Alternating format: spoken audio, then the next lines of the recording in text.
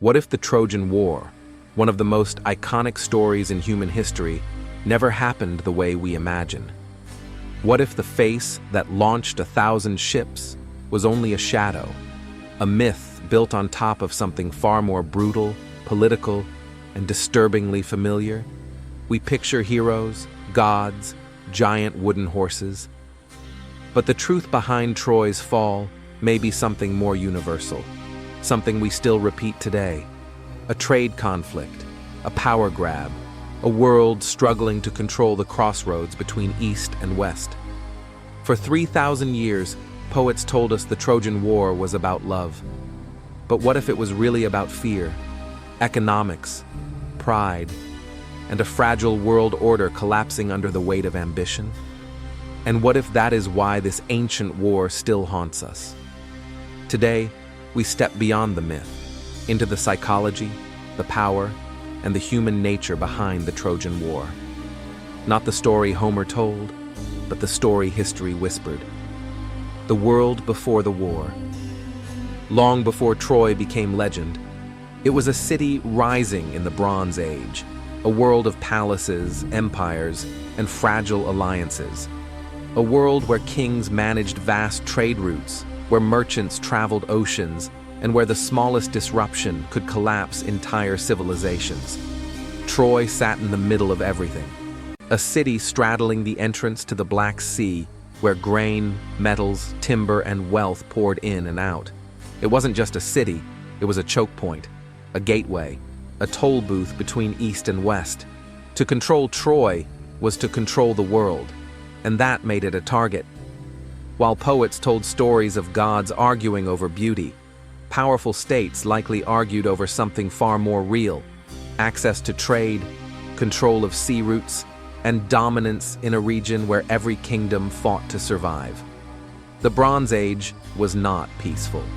It was a world of rival powers: Mycenae, Hatti, Egypt, Assyria, each trying to stay afloat in a political ecosystem on the edge of collapse. In the middle stood Troy, wealthy, strategic, unavoidably tempting. How a myth was born. Thousands of years later, Homer would turn this world into poetry. But Homer lived centuries after any real conflict, drawing from scattered memories, oral traditions, and political agendas. So he told a different story, a human story. A story where the war began not with trade routes, but with a wedding. The goddess Eris, uninvited and angry, throws a golden apple to the guests. Inscribed, "For the fairest." Hera, Athena, and Aphrodite claim it. They choose a mortal, Paris of Troy, to decide. Hera offers power. Athena offers victory in war. Aphrodite offers the most beautiful woman in the world, Helen of Sparta. Paris chooses Helen. Helen is taken, or leaves willingly, depending on the version. And 1,000 ships sail east to bring her home. It is poetic. It is tragic. It is unforgettable. But beneath this myth lies a fundamental truth about human psychology. We don't wage war for reasons we can accept. We wage war for reasons we can explain. The real cause becomes mythic. The political becomes personal. And the personal becomes divine. Homer did what humans always do. He turned geopolitics into story. He turned a strategic conflict into a tale of love and honor. And that's why it lasted. Troy in archaeology. But if we step past the poetry, what do we actually find? In the late 19th century, explorers uncovered ruins at Hisarlik in modern Turkey. Layers upon layers of ancient cities built one atop another. Among them was a city with high walls, burnt debris, and signs of violent destruction around 1180 BCE. Artifacts show Mycenaean Greeks traded here and probably fought here. The dating aligns eerily well with the collapse of Bronze Age civilizations, a period when many cities across the eastern Mediterranean were destroyed. Troy's ruins tell a story not of gods and heroes, but of a world under stress. Trade networks failing, famine and drought, migrations, wars of necessity and opportunity. The fall of Troy may not have been a single war, but a series of conflicts, raids, sieges, political struggles, later fused together into one epic narrative. Still, one fact remains: Troy fell, and its fall mattered. The psychology of the war. Why does the story survive? Why does this war, more than any other, remain etched in human memory? Because it speaks to something timeless. 1. Desire and possession. Helen wasn't just a person. She was a symbol of what we chase: beauty, status, validation, triumph. Empires still go to war chasing illusions. 2. Pride and humiliation. Agamemnon cannot accept being insulted. Achilles withdraws because his honor is questioned. Paris defends a stolen wife rather than admit fault. These are not ancient emotions. They are human emotions. How many wars begin with fragile pride? With an insult? With a refusal to back down? 3. Fear of losing control. Troy's position threatened Mycenae's dominance, and dominance rarely fades peacefully. When powerful states feel their influence slipping, conflict becomes almost inevitable. Achilles and the cost of glory. Perhaps the most powerful part of the Trojan War is not the conflict, but the character at its center: Achilles. A man given a choice: a long, quiet life, or a short life filled with glory that will echo forever. He chooses glory and regrets it. In the Iliad, Achilles says, "Nothing is worth my life, not all the riches in Troy." Yet he still fights, still kills, still becomes the symbol of the tragic hero. Why? Because glory is addictive, recognition is intoxicating, and the fear of being forgotten can drive a person or a nation to madness.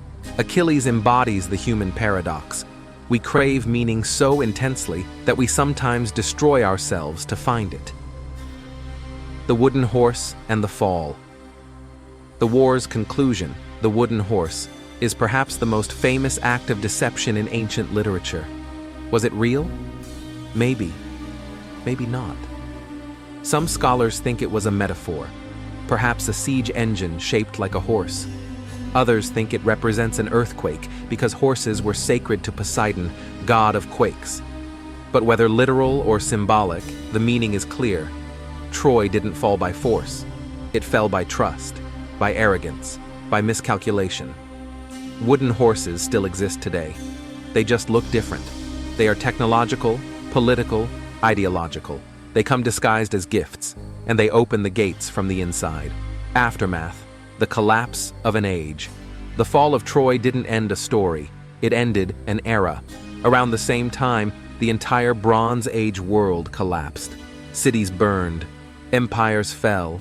Trade routes vanished. Writing systems disappeared for centuries. No one knows exactly why.